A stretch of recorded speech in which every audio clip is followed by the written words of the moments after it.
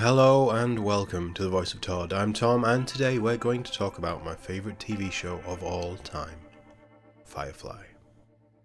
In this episode we're going to take a look at Ariel, episode 9 in the series, and continue with a new video each Wednesday until we get to Serenity, the film that rounded out the main story set up here. These reviews are filled with spoilers, so if you haven't seen Firefly, I personally vouch for it. Not that that should hold much weight for you, but go and give it a watch. I'm happy to wait. And with that, let's jump straight in and talk about Ariel. We're going to take a look at what our heroes are up to and some of my favourite moments in this episode.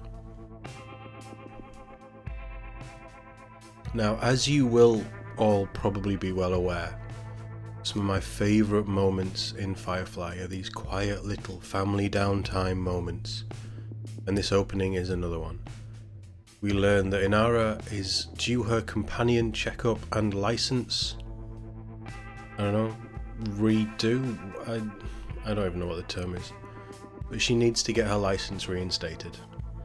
So we are on a core world, which happens to be Ariel, for her to have the physical checkup and do all the necessary paperwork and what have you, so that she can get her license reinstated. Buck is at an abbey, which is probably quite close. I didn't catch the name, but Buck is completely out of this episode. He's doing his own thing, and Mal has told everybody that they are to stay on the ship.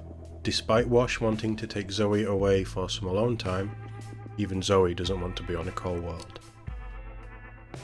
Jane puts up a little bit of a protest too, but you kind of point Jane in a direction and he'll probably go that way, so. But Simon has cooked something that apparently smells like crotch, and Jane is just cleaning his revolver, sharpening his knife, and River pops up and slashes him across the chest. He looks better in red. Just out of the blue, in front of everyone, she just flips. Now, Simon does stitch Jane up. As you'd expect, he is the crew's doctor. But Mal lays down the law to both of them, and Simon does admit to him that River is getting worse. So with that quite brutal opening, you may be wondering what the next job is going to be. Where's this week going if the crew are confined to quarters? Well, that's over to Simon. He wants to rob the local hospital of the good meds that have a high street value and smuggle River in to put her into a fancy space MRI, see if he can figure out a way to help her and at least try and calm her down. Now we get to see how smart Simon really is. We've had flashes of this over the series, but now he's planning crime, and he's in his element. Plans are simple. Get a transport, get some uniforms, fake some IDs, and sneak Simon and River in as DOAs, use the MRI while the other group steals the meds, and get out. What could go wrong? Quite a lot, it turns out. But it turns out the hardest part isn't what you'd expect. We get Kaylee and Wash. They find medical transport lying in a scrapyard, and it's really good to see them actually doing something.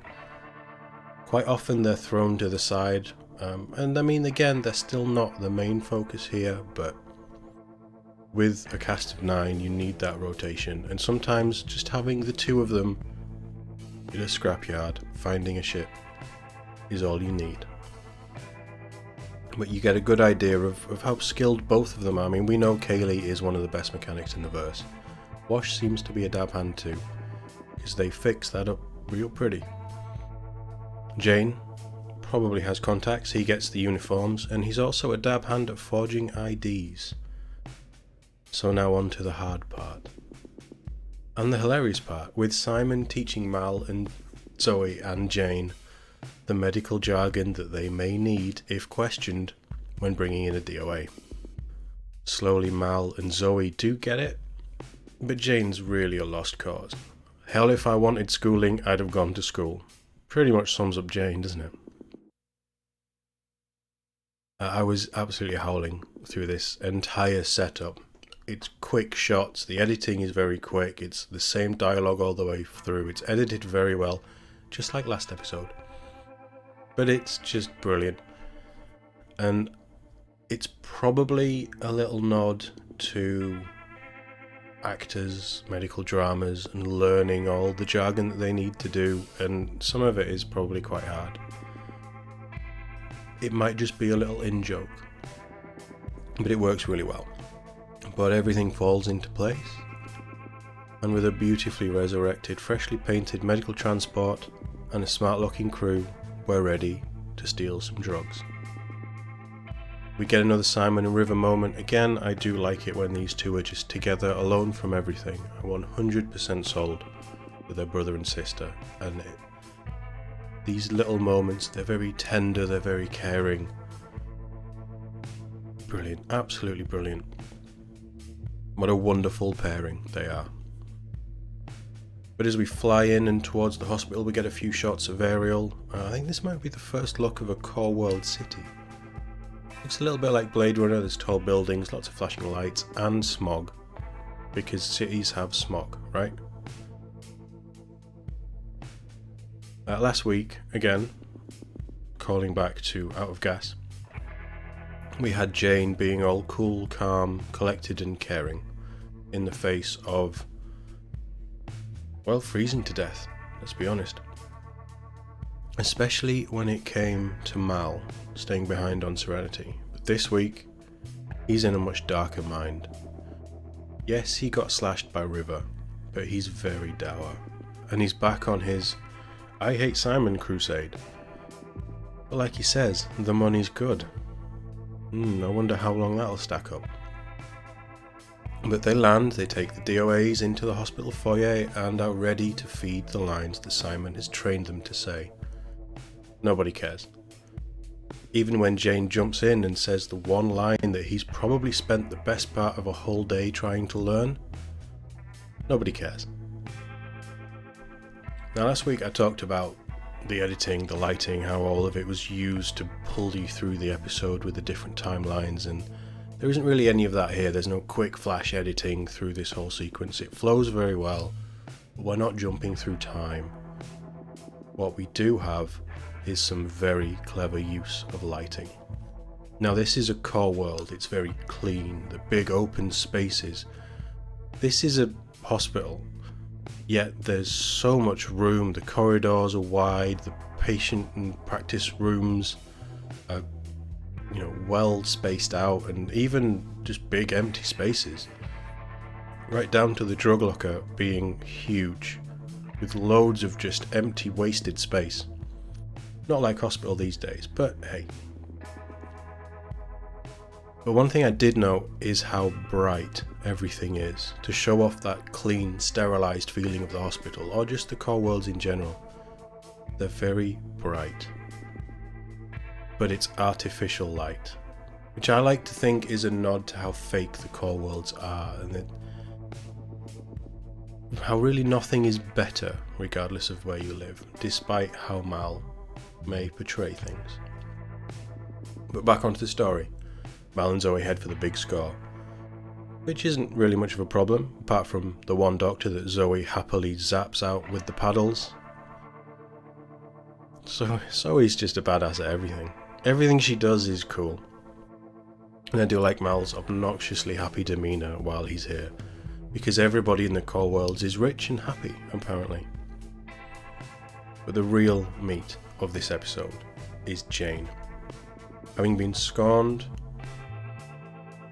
and, well, he's ready for a big payday. He's done something very stupid, and he's tipped off the Alliance Marshals where Simon and River are. Bad Jane. We do get a really good scene of Simon saving a patient's life after a first year mucked up the drug administration. Simon's in his element. He's been portrayed as a high-flying doctor before. We've seen little moments of stuff like this.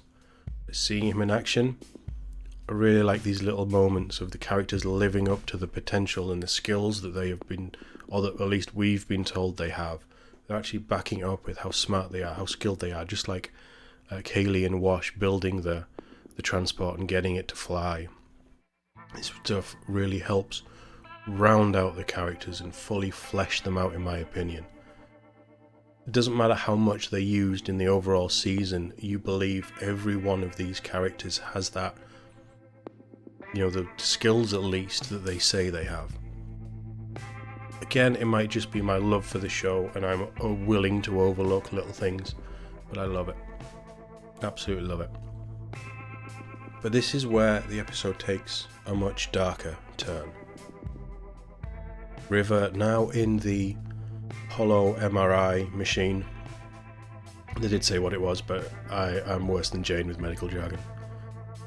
And the hollow projector comes up of her whole body. It looks, considering it's 20 years ago nearly, the CGI looks pretty good. But the projection comes in and it cuts in through the different layers of her body so that we're left with her brain. And Simon, Jane, and we, the audience, learn of the brutal treatment that River has suffered while at the Alliance Education Centre. They cut into her brain multiple times, even removing parts. I think they said it was the amygdala, which meant that there was no filters, she just felt everything around her, which is quite a terrifying thought. But when River wakes up, Jane springs his plan into action. River clearly knows that Jane has set them up. Simon just goes along with it. He doesn't suspect Jane. He's far too innocent in his head. He doesn't think that Jane would betray them. Why would he? Jane's part of the crew, and as Mal has made it clear, Simon's part of the crew. The crew is the crew. Everybody's held together by that bond. There's no reason to suspect him. But Simon and River are arrested. And Jane too, funnily enough, because when you make a deal with the feds, they're only in it for themselves. Again, Simon really does believe that Jane has nothing to do with this.